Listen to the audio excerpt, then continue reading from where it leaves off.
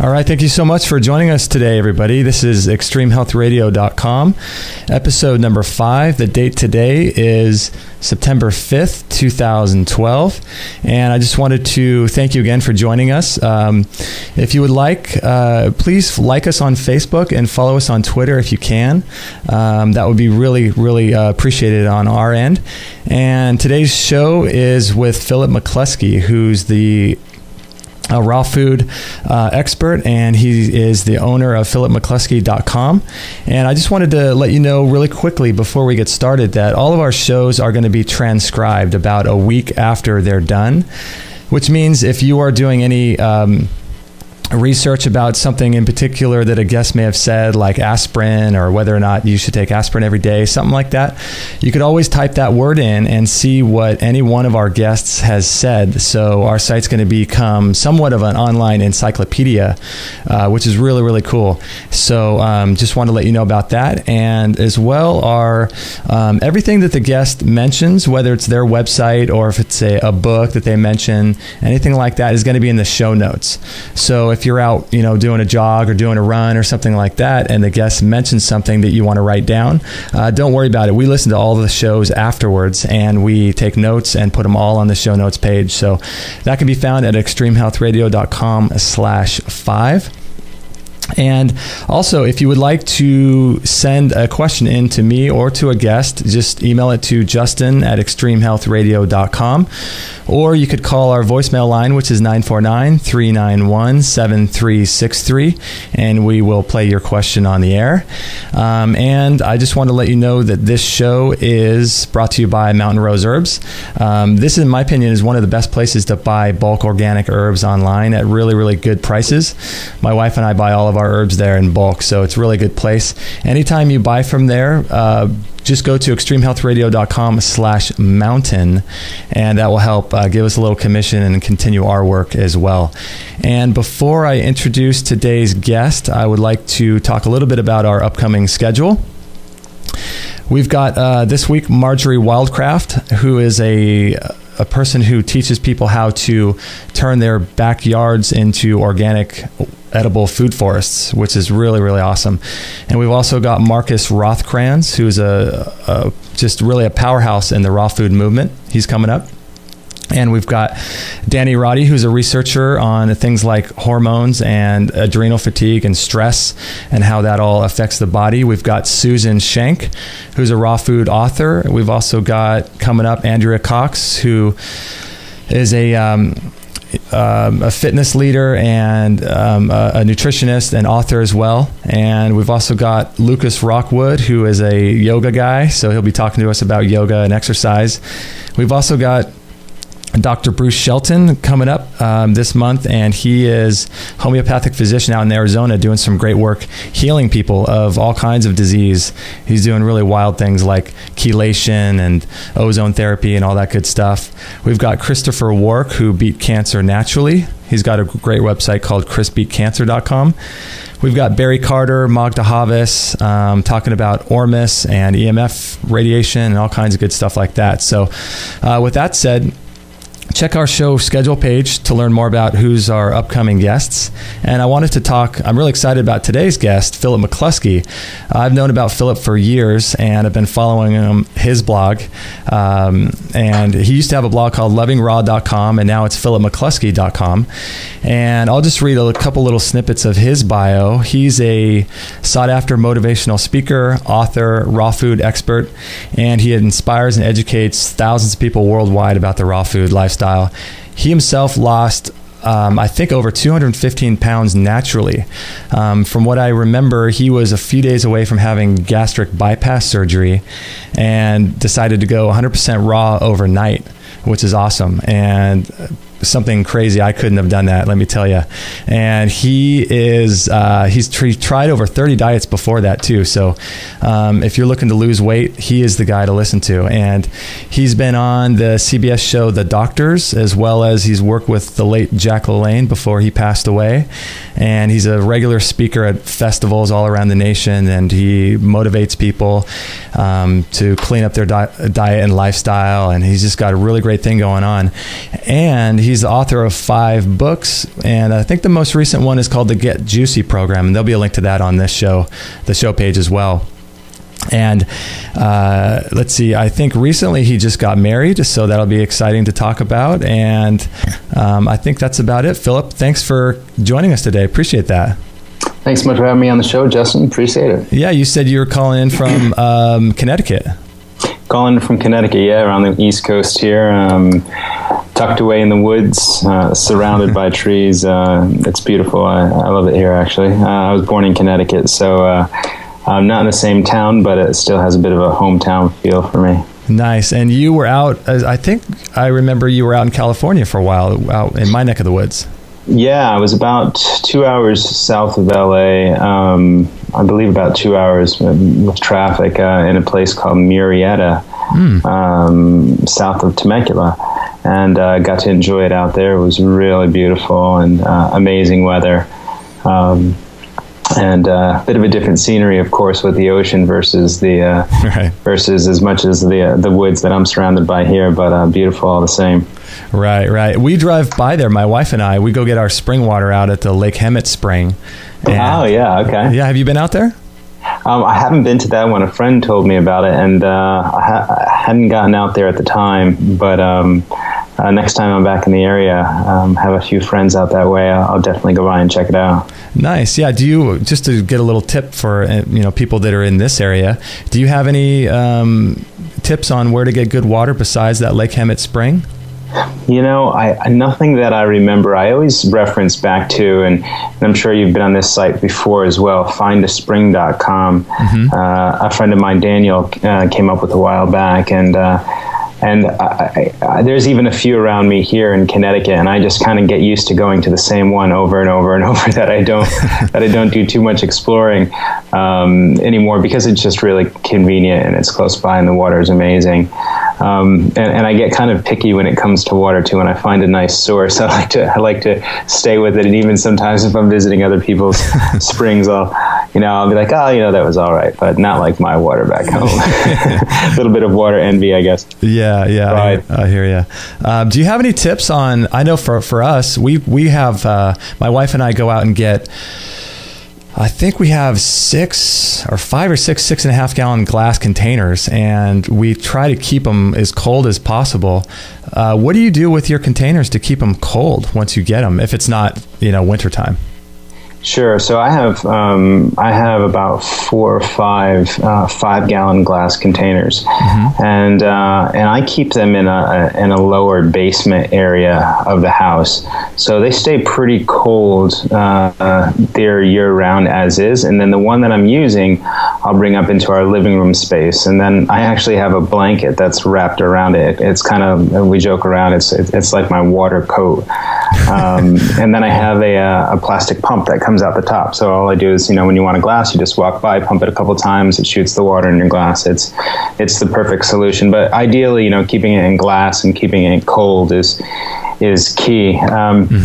Recently, I had gotten back from one of the springs and had all the bottles in the back of the car, and we had stopped at a store and picked up some furniture, and somebody was helping load it in the back of the car, and took it upon themselves to move one of the glass jars. Oh, no. And I was like, just as I was about to think of saying, don't grab it, all of a sudden I heard the glass shatter in the back of the car, and I had 5 gallons of water floating around in the back seat.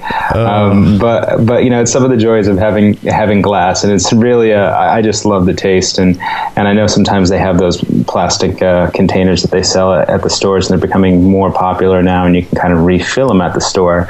But even as a first step for a lot of people, getting one of those containers, generally dumping the water out and going to, you can get your own spring water, and having one of those is more convenient than glass. But ideally, if you can do the glass, it's key. Yeah, it's just been huge for us. We, right now, as of this moment, we have to go get, pick up another bottle. We store them at my parents' house up the road, and, it keeps them nice and cool in their garage. And so right now we're kind of out of water. So we went to the local store and just got some distilled or whatever. And man, can you taste a difference? Oh, yeah. And it's funny because, you grow up just generally not having that kind of water. You're either having well or you're having, city water, depending on where you're living. I remember a friend of mine came to visit from Germany, and he was with his girlfriend, and I grabbed them a glass of water. And this is before I had interest in health, and I was just drinking the regular city water. And she had said something to German to him, and I asked him later on, I said, what did she say, And he said, she said it tasted like you had gone out in the back of the house and dipped the glass in the pool and gave it to her. That's how much chlorine she had tasted when she had tasted it. And I didn't even recognize any at the time. Wow. And then after you make the switch and you start to really appreciate, sometimes maybe even having real water for the first time in your life. Mm-hmm. And, depending on if you've grown up in the city and just, going from tap to tap and just never having an opportunity to taste real water. I mean, it's just mind boggling. And I always make jokes with my wife and just how much different I feel, even just from going away on travel, how much different I feel from having really clean, amazing water and feeling properly hydrated more than anything. Right. And I would imagine that, drinking high quality water is going to be sort of the first thing you would think about for weight loss. Cause I know, a lot of your work is based on weight loss, based on, what you've been able to accomplish. So what would you say to someone who's, thinking about doing something, thinking about doing some kind of small change? How important do you think the water thing is for weight loss? Yeah, it's a great question. It's, in my opinion, one of the most important, if not the first step. Mm-hmm. And everybody comes at a different place to this. My wife and I were recently chatting with a client, and we were just trying to figure out some small changes that she could make to improve her diet, improve her lifestyle. And she couldn't commit to, having a salad a day. That was too big of an idea yet. And she couldn't even commit to having a smoothie in the morning. That was too big of an idea. Mm-hmm. But the small step that we took was just having 3 cups of water a day. From drinking, 5-6 coffees a day and just being in that regular routine of coffee to soda to being a person who doesn't even drink water. We weren't even looking to get to 8. We were just, wow, 3 glasses. And it's just so amazing how often we don't drink water as a people. And, our bodies are mainly made up of water. Everything that we put in our mouths, our body's trying to extract some water out of. That's why when you're having dehydrated foods, it dehydrates you, right? Mm-hmm. And, they're fun as a snack and they're fun to have every once in a while. But having stuff with fruits and vegetables that have a high water content, your cucumbers, your celeries, your greens, your fruits, that's so ideal. And the body's finally getting a chance to, get some water in us, but kind of make us feel. I always like to just think of it as make us feel a bit juicy, versus when we get tired and just the mind doesn't even work right when we're not properly hydrated. And one of the things that I see with a lot of heavier clients, and even I noticed in myself when I hit 400 pounds, was I just barely would drink water at all. And so what would happen is I was continuously feeding my body 5 to 6 times a day at the time. And as I was doing this, everything was just getting compacted. I wasn't having good bowel movements. Nothing was flowing through like it was supposed to. And next thing you know, I would be putting on weight. It wouldn't be uncommon for me to put on 50 pounds in a year. And when I have friends who have worn the same pair of jeans their entire life, their entire adult life, and never changed once. And I would think of my fluctuations and start to notice some differences over the time. And one of my best friends is a martial artist, and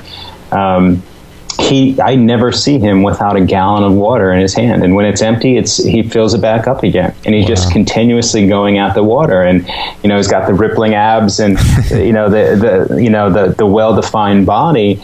And one of the things that I caught, and I know I'm rambling about this, but one of the things that I caught him one time was he went to use the restroom, and this was before I was, again, interested in health, and he took about 1 minute. And I said, how did you go to the bathroom and take 1 minute? He's like, dude, I'm properly hydrated, my body works well. And I just couldn't understand that, being a 400-pound guy at the time. And I was the type of guy that would go to use the bathroom and sit down with a newspaper and think I was going to be there for 25 minutes, and I was, and nothing was working. And so water is so key to weight loss.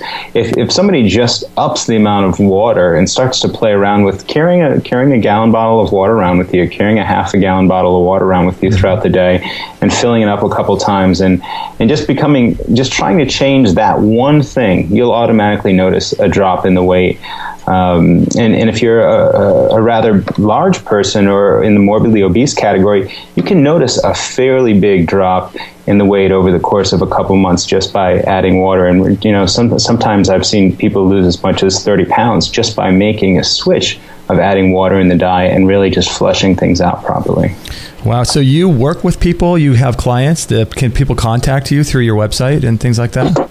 Yeah, I used to do a lot of it in the past. Now I've kind of created some online programs instead, and I focus my time and effort into reaching larger amounts of people. My wife and I do some coaching together for past clients, and then she takes on any new clients currently.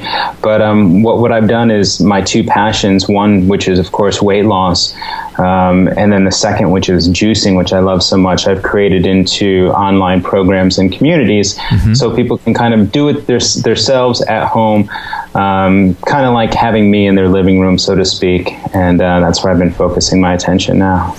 Wow. It's interesting with water. There's a study I read a while back, a few years ago, about, I forget now exactly what it was saying to the completely, but it was talking about, excuse me, the benefits of water, of drinking. I think it was something small, like 20 ounces of water upon waking up, and how that had an effect on cancer, and it had, effect on all kinds of diseases. Because as far as I know, even when you're just breathing all night, you're losing hydration, right?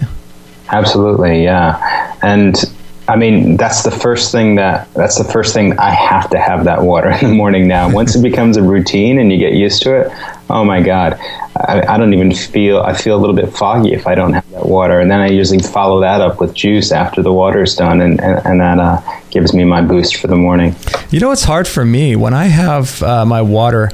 I'll usually have some in the morning as well. Sometimes I forget, but my thing is, it's difficult for me to drink so much water because I feel like there's never really a time where I have an empty stomach, because they always say to not drink water with your meals.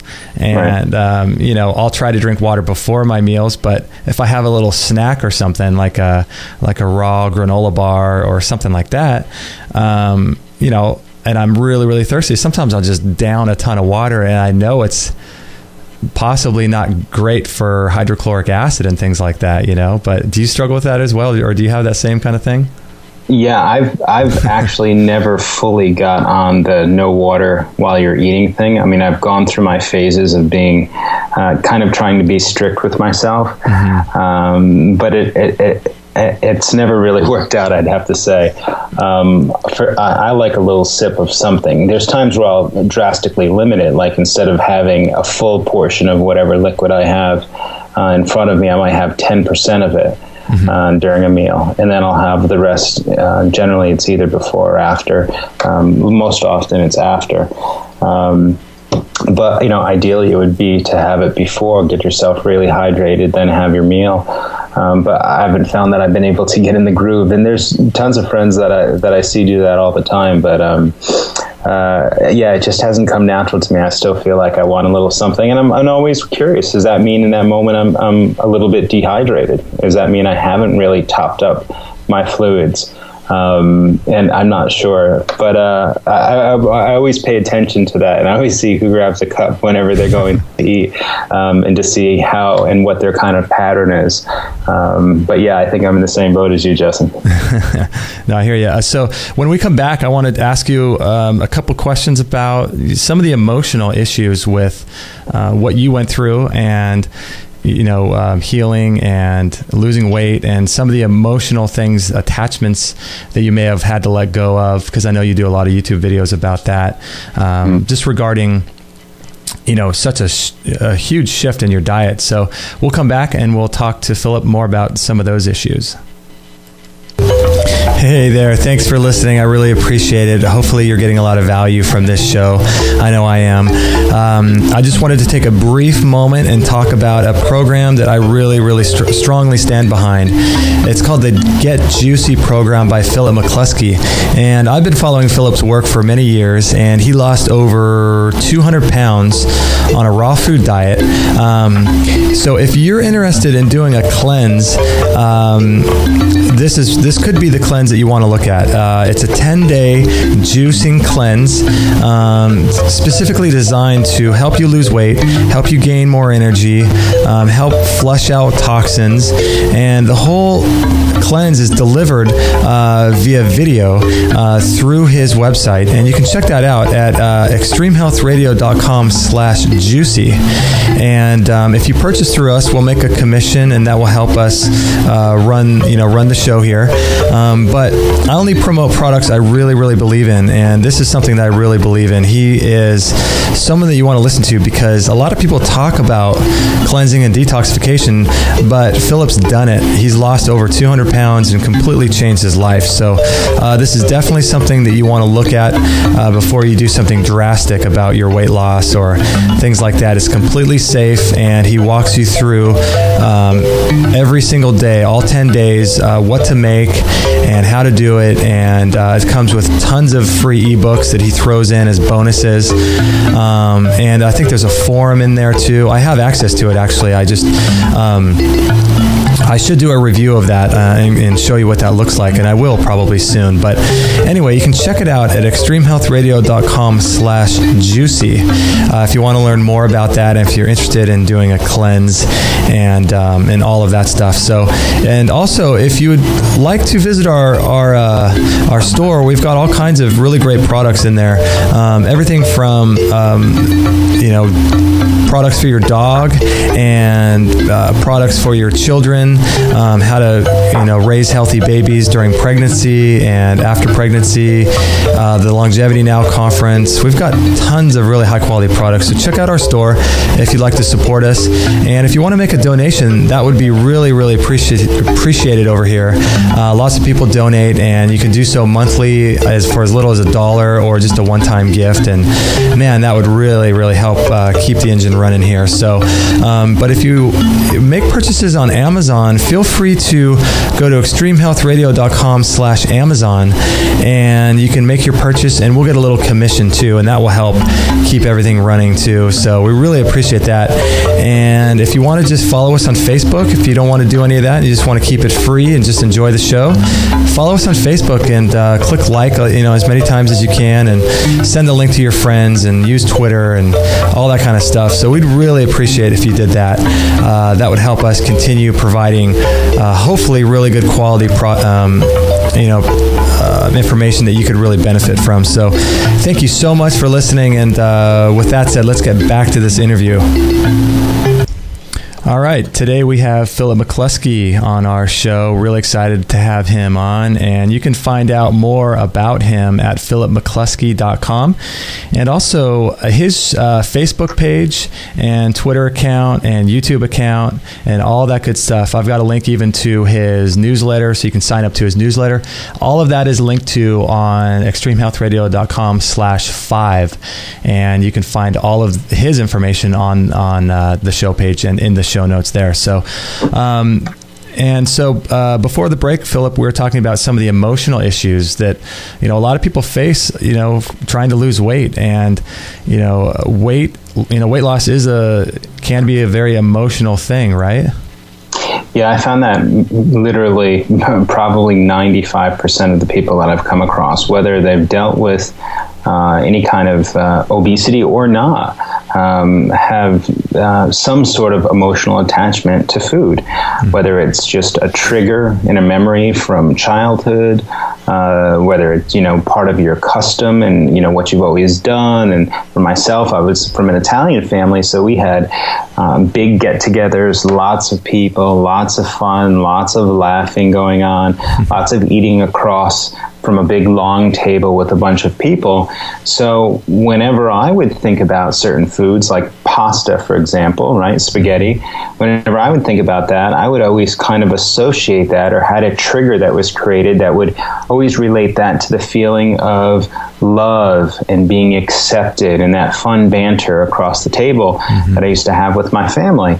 And so sometimes when we get those emotions or those feelings, like a feeling of love, somehow tied in with a bowl of pasta or a bowl of spaghetti, when we are not feeling that love in our life, sometimes we'll go to replace it with that spaghetti, because that's the association that we've created, or the trigger that we've had imprinted in us. And so we go to eat that food. And there are times that I'd have, growing up, I mean, I'd have like 5 servings of spaghetti. I'd go back for seconds, I'd go back for thirds, fourths, fifths, you know? Because I was always looking to get that love inside of my life, or that feeling of acceptance in whatever situation I was in. My parents separated at the age of 5, so I was always going through a little bit of that struggle of feeling loved, and of course both parents loved me, but just some of the basic things that happen when there's any kind of disruption within the household. And I was always looking outside of myself, and food ended up becoming the constant. I found that one thing we all really love is some kind of consistency in our life. As much as we love things to be random and fun and exciting, we do love a certain consistency. And that always provided the same results, you know? So if there was, again, any kind of stress or any kind of thing that comes up, we would go to the constant. And for food, for me, it would always kind of knock me out, really. I'd end up eating so much that I'd fall asleep on the couch, and it would kind of numb any kind of emotion or feelings or pain that I was going through. And it would always do the same thing every time. If I went and got that large pizza and ate it to myself, it was going to numb everything out, very much like a drug would. Right. And so food becomes the drug of choice for so many people. And I think the statistics now are at 60% of the U.S. being overweight and around 30% being obese. So we can see this drug is becoming an epidemic, and it's legal. And it's, you know, in essence, we all, somewhere or another, we've all seen what it's like to emotionally eat or experience emotional eating. And the idea being, of course, is to recognize what those triggers and patterns are and break those cycles, so we can be free, and we can actually just feel emotion as we do sometimes, and just be all right with that, and not have to put on the food Band-Aid back and forth. Right. But once you start to pick apart those things, and it's different for everybody. Sometimes people have in their family, there's just certain expectations of simply cleaning their dish, and then you have a lot of feeling around that. And even though you've grown up and you don't have maybe your mom or your dad there telling you, you're kind of replaying that story inside your mind all the time. So in order to be good, that you'll clean your dish. And so the idea of us always trying to be good to please somebody, I've seen that story play out quite a few times with clients, and it's just about, it's an interesting thing how it shows up in our lives. For me also, food was a big reward. So, you know, growing up again with a single mom, and at times she was working 3 different jobs, so we didn't really have much. And we were doing everything we could to just sort of make ends meet. But, you know, what we could have might be $1 or $2 on some food snack, or go out and get an ice cream cone or something like that. So food becomes the reward system. And then you end up finding out, my gosh, how many roles does food actually play in my life? You know, when I got a raise at work, I'd take the guys out for beer and wings. You know, when I was sad, I might have gotten some food to console me. You know, when often we're here when people are cold, they want something warm to keep their body warm. And the list goes on and on. When you're feeling sad or depressed, you might want some sweets to sweeten up your life. And we've given food so many different responsibilities that the thought of changing our diet or improving our diet doesn't just have to do with food. It has to do with so much more, because those things are so intertwined with all these different emotions and feelings and the way we process our world, that it's almost like, you know, you're evicting somebody from their home, and it feels that dramatic for us often at times. Right. You can see that even if, you know, I don't do much TV, but, you know, people, you know,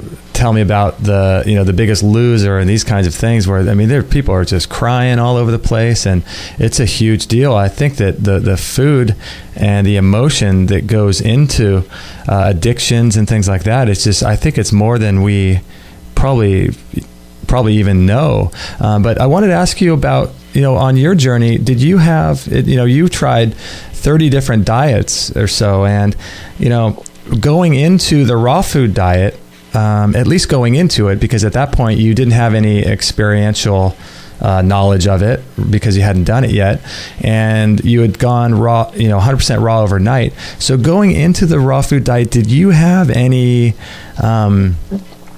a different emotional outlook to the possibility that this could work as opposed to the other diets that you tried? Because they all sound good, right?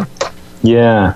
I had tried, well, first of all, I had put my trust in a lot of people. So I had tried going to a doctor. I tried going to a nutritionist and therapist and coach and counselor and hypnotist and fitness experts and all that. So then there was times where I tried and put my faith into certain programs or packaged meals or institutions, whether it be a Weight Watcher or frozen meal programs and different things like that. Mm-hmm. And then when I started reading about raw food, it was the first thing that I think made complete sense and was clear of that. Now, sure, there were nutritional experts in their field, but there wasn't any around me. So if I was to really want to be interested in it, I had to read books and educate myself. And then the second thing was, it didn't feel that there was any big package program that I had to buy or frozen meals. I mean, this was even, in fact, fare that I could grow in my backyard if I wanted to. Mm-hmm. So that was kind of out of the equation. And I was kind of, I was so used to picking apart diets and finding out what wasn't going to work for me. And okay, I don't like that food. That's not going to work. I don't like that. That's not going to work. And I'd already have the diet. I'd already have me failing the diet in my mind before I started it. Because literally at the time I liked about 4 vegetables. And those were all probably toppings that I put on my hamburger. And that was it. Yeah. I didn't like much else. I didn't know anything about dark greens. I used to have iceberg lettuce, and that was the extent. I mean, I didn't even know about romaine. And, I pretty much ate fast food for 2 to 3 meals a day on average. And the only thing I would cook would be either pasta or maybe a steak on the grill. Mm. So I didn't even know anything about any kind of healthy food, healthy preparation. But when I first read a book and it mentioned raw food, and I took a moment to look at it a little bit longer, for some reason inside, it just felt like it was right. Mm-hmm. I could see it was man's first diet before we discovered fire, mm-hmm. and, this food that grows naturally around us, and it wasn't anything processed. And I didn't know anybody else who was doing it, but I remember thinking something inside me was just like, wow, this is it. This is what you've been missing. And I remember even questioning and saying, but Phil, you like 4 vegetables. How are you going to be 100% raw vegan? Mm-hmm. And I just felt like I was going to figure it out. And I mean, I literally went from having 7,000 to 10,000 calories a day overnight to being 100% raw vegan. And I remember even just taking those few vegetables that I liked and just trying to make something work with it. And then next thing you know, next week I liked more. And then the week after that, I liked more. And then, you'd be hard pressed to find a fruit or vegetable I don't like anymore. Mm-hmm. I guess the only thing I can say was it didn't feel like there was any big conspiracy behind a carrot. There was no big company that was making tons of money behind it at the time, and it just felt right. It just seemed like logically it made sense, and so I kind of had this excitement going into it already. And, my first thought was, hey, I get to have fresh fruit in the morning. That sounds like fun. And, I'm going to try to make some blended stuff. Uh-huh. And I was just ready to give it a go. But basically at the time, more than anything, I was sick and tired of being sick and tired. Right. So either I was going to choose something that I was going to live for and with, or I was just going to die. And that was it. And I might as well just, make up my mind and get it over with, so to speak. And that's when I just kind of gave it my all. And so I think more than anything, a switch kind of just went off in my head and said, you no longer eat like this anymore. Now you eat like this, and you're going to start valuing yourself and putting yourself first. If you're going to choose to live, then you're going to choose to live all the way, and you're going to give this a proper go. And so I did. I stayed 100% raw for about 5 years. And it was one of the most amazing experiences and cleansing experiences and life transformational type of experience that I've ever had in my life. Yeah, I've the same way. I was did 100% raw as well from 2003 to 2010, I think it was. And I have to say, it was just the most amazing thing that you could ever do. And it's interesting, I'm sure you've heard this from David Wolf and from other people you've read, that when you start to change your diet, it really starts to open up your mind, and it starts to really open your mind up to things that you never really would have thought before. And, that's something that I've found to be really true. Have you found that as well? Yeah, I mean, in such a big way, Justin. Again, growing up in poverty, I grew up mainly eating foods that didn't have labels on it. They were like no-frill government brands. I grew up eating steakums and hash browns, and the worst of the worst. So when I think about literally having 29 years of my life eating foods that have, pesticides, herbicides, fungicides, larvicides, chemicals, dyes, poisons, no wonder why I could barely think. No wonder why I didn't have much excitement for life. No wonder why I couldn't clearly see my purpose. Because I was eating things that were, the only way I can say it is kind of drugging me. And, taking a moment and literally putting all those things aside, bringing in a whole new lifestyle of change of food, new fare, things I hadn't been used to before, and giving my body a chance and an opportunity to cleanse all that old stuff out. All of a sudden, I'm able to think clear. I'm able to multitask better. My relationships improve. I want to be present in people's lives. I want to make real contact in their lives instead of kind of like the hi-bye as you just walk down the street type of mentality. And I noticed every single area of my life shift, my confidence shift, my spirituality changed, the way I interacted with the opposite sex changed, the way I felt confident in business changed. Every single aspect changed from making one small health improvement, and which really it became, I always say, the foundation or the catalyst for every other great thing that's happened in my life. Yeah, I think I think there might be something to the whole macronutrient, phytonutrient thing, because when you get dietary advice from just the mainstream media, it's always macronutrients, right? Fats, proteins, carbohydrates, and those are all great things to balance each other out on a larger level. But I think what's missing is phytonutrients and getting nutrients into the cells and really fleshing out the cells and getting those incredible phytonutrients that you just can't get from a slice of pizza or something like that, right? Yeah, because, and that's right. And, and being somebody who is overweight, I would find that with just the simple things at the time that I was never actually satisfied. I eat a hamburger, a fast food hamburger, which we know now is, 50% GMO corn, and the other 50% they believe is from up to 100 different cows. So I'd put this thing in my body, and my body He's like, okay, Phil, we're low in this.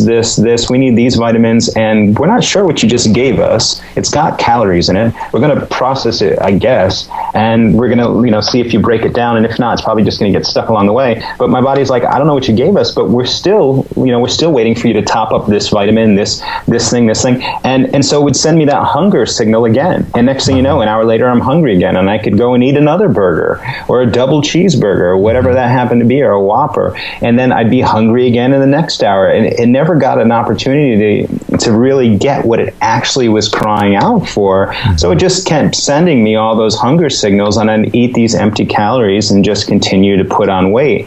Now I find that I eat probably 1/5 or 1/6 the amount of food that I used to eat, and I don't feel hungry hardly at all. Even sometimes when I'm just doing a juice cleanse, I mean, I've experimented a lot with juice cleansing. I've done a 100-day juice cleanse before, and a 60-day juice cleanse, and a 30-day juice cleanse. And usually after day 2, I'm not even hungry anymore. Wow. It's my body's like, wow, you're finally, flooding us with everything that we've wanted. And it's just such a different dynamic, especially when losing weight. You can kind of see just the dramatic change. We're eating really, nutrient-dense food versus eating a lot of, false foods or just empty calories. Yeah, I think there's, I hear a lot just about how, it's calories in, calories out, with, just mainstream nutrition. It's just bulk ingredients and, calories in, calories out. And I feel like what happens is that a lot of people treat, especially people like trainers and things like that, nutritionists, they treat the body like a machine, like we're some sort of mechanical machine, rather than looking at the body as like a living ecosystem, which is something completely different, right? Yeah. I mean, I kind of like to do the comparison back and forth, sometimes both ways, because I think sometimes we tend to think like a machine in regards to, we're able to comprehend the picture of the machine a little bit easier. One of the things I always love to relate back to is the amount of meals we eat. Like we always, I just remember reading the article about the oldest living guy in the States, and I forget, I think he's like 115, and he says they always say, what are your 2 things that kept you this old, or what's your one thing that kept this old and that got you to this place? And his things were A, that he eats smaller meals than everybody, and B, that he only eats 2 meals a day versus the average American eating 3 to 4 to 5, depending on what your workout routine is or how much you just eat in general. And I always kind of find that a bit interesting, because I like to compare that aspect of the machine, because I think in the regards of pictures, I always think about when they're testing out new cars, and you see this sometimes in the commercials, and they'll have a machine that'll just open and close the door of the car all day long, open and close the door hundreds of thousands of times, and see how long it goes before it breaks down, and in all the different parts of the car. And I think about back in my days when I was 320 pounds and trying to be a weightlifter and thinking that was going to be my avenue in life. And there were some of the high-end weightlifters who would eat 10 to 12 times a day. Right. And I used to think to myself, my God, if I'm eating 2 times a day, like the man who lived up to 115 years and is kind of doing that natural, systematic, a little bit of under eating, not pushing myself to full, just really eating what the body wants, and he's eating 12 times a day, he's running his car 6 times more than me. That machine that has to open and shut his car door is working 6 times harder than mine.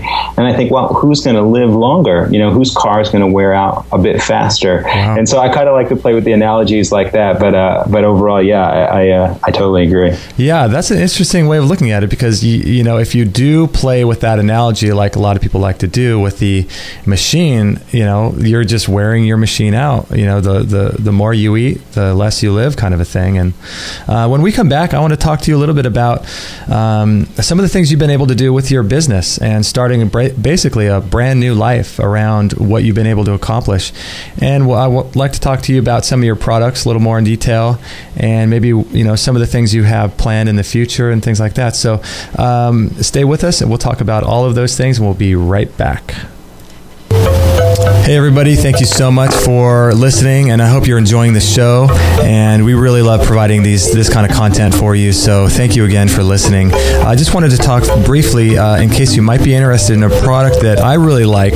I've done a review of it on our site. It's called the Raw Chef Program, and if you are interested in making raw food and preparing raw food in a way that doesn't take up your entire life, check out extremelealthradio.com/rawchef, and I think it's about a $300 product, but in my mind, it's really worth it because you learn skills that you'll be using hopefully your entire life. And if you eat raw or a high raw diet, you probably will be living for a long time. So it's something to definitely check out.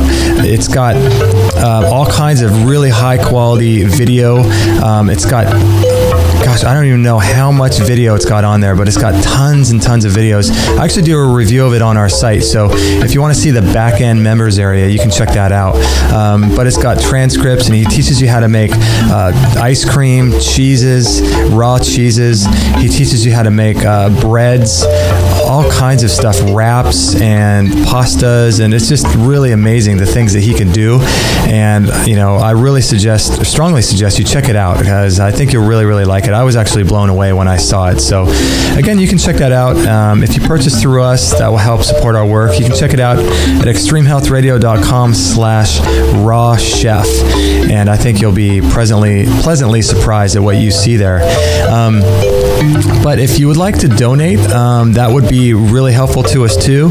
You can donate as little as $1 or as much as you like through PayPal. It's really secure, and we have a lot of people that donate, and it's really what helps us run on a free model. So I really don't want to charge for any of this stuff, and I want to promote the high quality products only, and provide those really high quality products to you, and also offer you the option of donating. So donating is going to help keep it free for everybody else and help pay the bills around here. So that would be really appreciated on our end. And also another way to support us is if you go to the bottom of any one of our web pages, you'll see links to places like Amazon or Mountain Rose Herbs, and the Raw Food World and U.S. Wellness Meats and things like that. So if you ever purchase from Amazon or those places on a regular basis, please visit our site first and click over and make that purchase. And whatever you buy, we'll get a little commission. They're small commissions, but every little bit helps, and we really, really appreciate that. So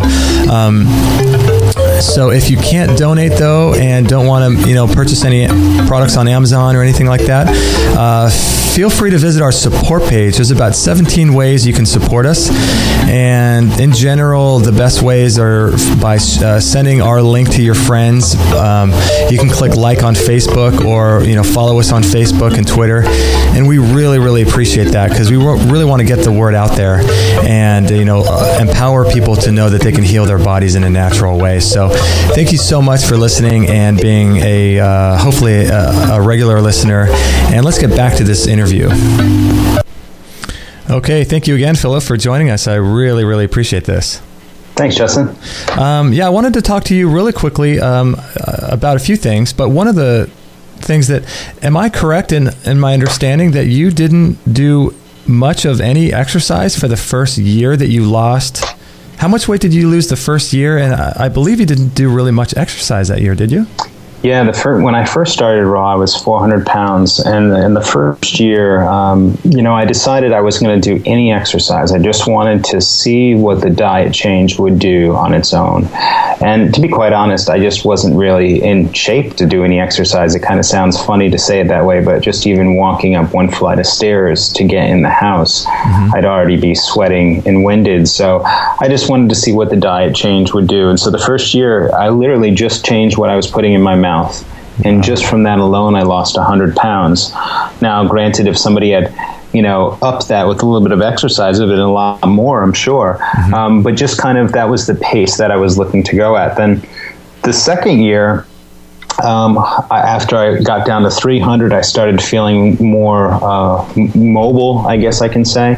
And that's when I started to incorporate some light movement and exercising. And I found that the form of hiking, hiking did two things. One, it kind of just, I wasn't really excited about being 300 pounds and hiking down and running down the street and just with just people around and stuff like that. So it kind of gave me my privacy.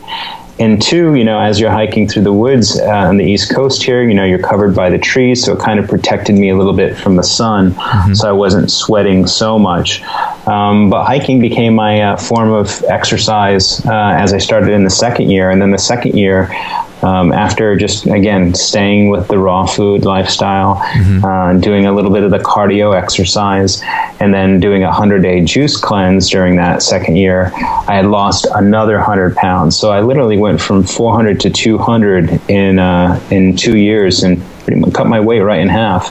Wow. So it was a quick turnaround, and I really believe the proper amount of time to lose that kind of weight. I've seen people get gastric bypass surgery and lose 150 pounds in 3 months, but then they're having such, issues with a lot of the hanging skin and feeling uncomfortable in their body all over again, but now for a different reason. And there's even been people in the raw food movement who've kind of gone gung-ho in it and have lost tons of weight in a really short time. But they find that the skin retention's a lot better, especially if you're, adding in some skin brushing or adding in some good exercise or taking MSM or something along those lines, then they're finding out that they're getting a much different result from a lot of the fast weight loss surgeries and a lot of those procedures, and that's what I found, and it's been really quite helpful. Wow. So what do you think that there is something to be said for comparing the amount of time that it takes to get to a particular size, comparing that to the amount of time you should possibly consider for losing that weight? Because you see a lot of people that they might lose some ridiculous amount of weight in such a short amount of time, and then their body, has issues with sagging skin and things like that. Do you think that there's something to be said for taking it slow, because it could have taken you a lifetime to get to that level? Sure, and it does, and we're so excited that we found an avenue of losing weight sometimes that we want to just expedite the entire experience. Okay, I need to lose 200 pounds. Well, I'm going to lose it in 10 months instead of, a couple. I mean, generally people would have been excited if they had lost that kind of weight at all in a lifetime. And then so many times as our mind starts to expand and we start to recognize our limitlessness, we can say, well, that's not, I want to lose that in 2 years. And then we do that, which is what I did. And then some people are like, well, I want to lose that in 2 months. And it can just get a bit crazy, because it does take for me, it took 29 years to put that kind of weight on. And that's a lot of time of stretching my skin over and over and over, and feeling unwell, and of course there's going to be a lot of toxins in the body as well, and even sometimes people might experience a little bit of detox symptoms as they're going through that, and sometimes it's a lot of detox symptoms. And so I think pacing it out is helpful. And when I first started, I was eating lots of fats, so I didn't jump into a juice cleanse or anything like that. I was eating a fair amount of avocados and nuts and seeds. So even though I had switched from having 7,000 to 10,000 calories a day to this raw vegan lifestyle, I was enjoying lots of fats, and my body didn't go through any crazy detox symptoms or anything like that. And it felt natural. It felt smooth. My body really reacted well to it. I was losing weight pretty consistently the entire time, but it never felt like a struggle. It always felt like fun. I got to train myself in the kitchen and really see what it was like to create my own recipes or make healthy food for the first time in my life, and which led me on to doing 4 recipe books after that.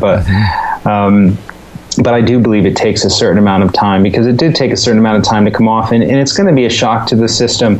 Even though you're losing weight, which is obviously beneficial, it's still going to be a bit of a shock to the system if you're looking to lose big weight in an extremely short amount of time. And a lot of times we just find that the emotional swings, not even the physical changes or the saggy skin, but the emotional swings tend to be too heavy. And that's why a lot of times you find that people have gone through and had the gastric bypass surgery, went through the whole recovery period, went through all the training and everything that it took to understand about the process and procedure, and then find that they still can't stop eating because they haven't really healed the emotional component that got them there in the first place. So yeah, we cut up your skin and we shrunk the size of your stomach, but unless you get that other dynamic, it's very easy to put it back on. And I know somebody who had gotten the surgery, lost 150 pounds, and then re-stretched their stomach back out again, gained the weight back, and then somehow convinced another doctor to do the surgery again, and then gain the weight back again. Whoa. I mean, it was heartbreaking to hear this type of stuff, but that's what really comes about when you're not healing that other aspect, the emotional aspect, because it's not just about calories in, calories out, so to speak. And you might know if you're going for 5 portions of something that you're overeating, or there might be something better than having bacon and eggs every single morning, and there are some healthier choices out there. And I think most of us have an idea about that, but I always think of what's the reason why you pick up the fork? What's the reason why you might be eating past the point of being full? What's the reason why you eat foods that might not even serve you? And that's the real root of the issue that I like to really address with people, because I find that once you get that addressed, that's when you have the most long-lasting change. Right. And we only have about 5 minutes left, but I wanted to ask you, let's say someone's listening to this and they want to, they're overweight, however much they are overweight, and they just want to make a couple changes, maybe anywhere from 1 to 5 changes. What would be some of the main changes that you would suggest that a person could start doing to begin this process? Sure. The first thing is, and I like to call it the replacement method. It's just adding in one delicious thing into your diet. You don't have to worry about changing everything overnight. You don't even have to change lunch. You don't even have to change dinner right now. Mm-hmm. You can just do one thing. So if you're generally having a drive-through Egg McMuffin on the way to work, what would it be like for you to create a bowl of fruit or a green smoothie? And if the smoothie is not, if that's too drastic an idea, fine. What's it like to have just a bowl of fruit in the morning, just adding in one good thing and keeping the rest? Mm-hmm. And you work that. The idea being you want to work that for 4 to 6 weeks until it becomes a real strong habit, until it becomes just as normal for you as brushing your teeth in the morning. And you don't feel like you're doing anything. You don't feel like you're on a diet. You don't feel like anything's strenuous or you're having an issue. It just becomes part of life. And then once that's really easy and really comfortable, you add in the next good thing. And again, you work that until it becomes a habit. And eventually, you'll notice over time is you've added in so many good things that there's just not enough time in the day to eat the foods that aren't serving you with all the new wonderful foods that are serving you. And what happens is a lot of times you build up momentum because you start to feel what it feels like to feel good because you're having maybe your green juice or your smoothie and you're not hungry and ravenous all day, or you're not getting those mood swings, or you're not getting those spikes that used to bother you.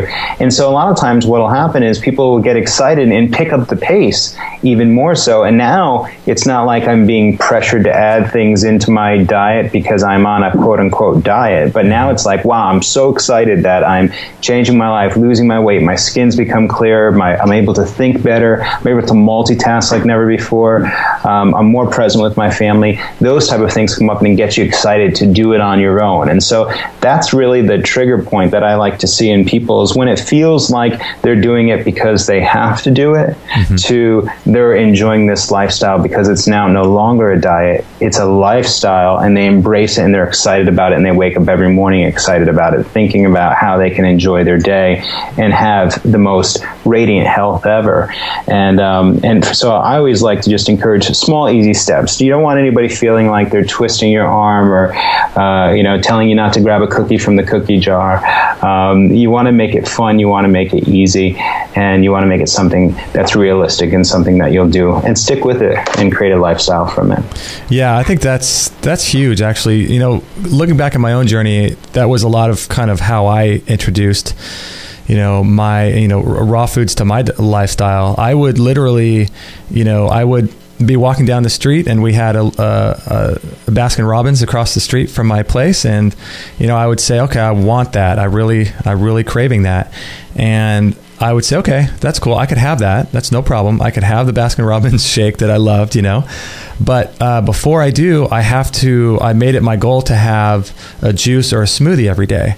And that place was literally across the street. And so I would just go make my smoothie. And then all of a sudden, I didn't want, Baskin Robbins. And after a certain amount of time, it was amazing. I could actually start to feel the food. Yeah, exactly. And you replace the other stuff out naturally. I wanted to ask you, I know we're running up against the clock here, but I wanted to ask you a little bit about what kinds of things you're working on, where you see things going, and what kind of goals and intentions you have over the next year or so. Yeah, fantastic. Thanks for asking. Well, as you know, I've written 4 recipe books, basically generally kind of recipe books that I created right after I went for the raw food diet. And I found that so many recipes were, 15, 20 ingredients long and skills way beyond that I had. So I decided to create books that were quick and easy. The first one was called Raw Food Fast Food. And you can make most recipes in there in 10 minutes or less. Simple ingredients, most of which you probably already have at home already. And then one of the things that raw foodies really find is they have a lot of soups and salads. So the second one I created was called Raw Food Salad Bar, which includes my favorite recipes in that area.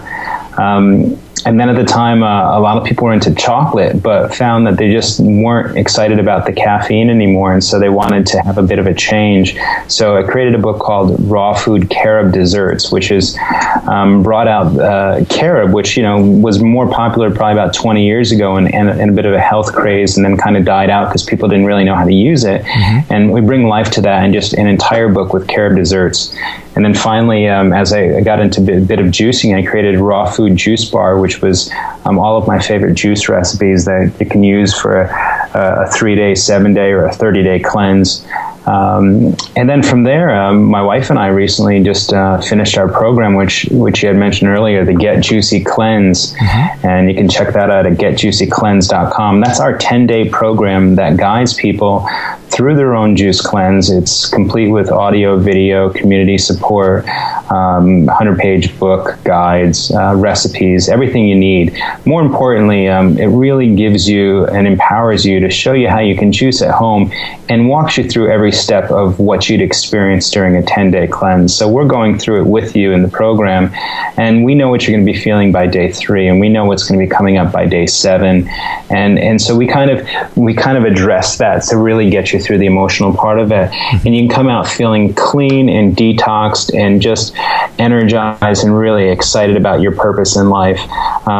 So that's one we've been working on, and we're actually in the process of my wife and I combining our websites together and launching a new company, which is still a bit of a secret. Wow. But we're excited about that, and just been enjoying. I recently did a raw food lecture tour throughout Australia, and hit up 5 spots there, which is where I met my wife, which is fantastic, and really love doing that and love doing lots of traveling. And I foresee after the launch of our new company, some new products will be out, and again, much more traveling and lecturing and just meeting people. I love meeting like-minded people or people interested in making a change and are ready for that change in their life, and I love seeing that happen. So yeah, looking forward to getting back out to California as well. Nice. In your neck of the woods. Awesome. Well, thanks, Philip. Would you mind staying on after we close out the show? Sure will. Awesome. Thanks. Everyone can visit Philip McCluskey at philipmccluskey.com, and I highly suggest you check him out. If you have any questions, visit his site, follow him on Facebook and Twitter and all that kind of good stuff. So with that said, thank you very much, Philip. I appreciate you being on today.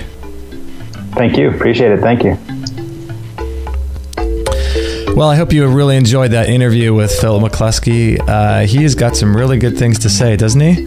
I think one of the main things, that I found in my life, I didn't have a lot of weight to lose, but as far as changing my diet and lifestyle, was the concept that he was talking about, which is the addition by subtraction by addition. And we were talking about that, about how to, most diets these days talk about how to stop eating certain foods. You want to not eat carbs, you want to not do this or not eat that.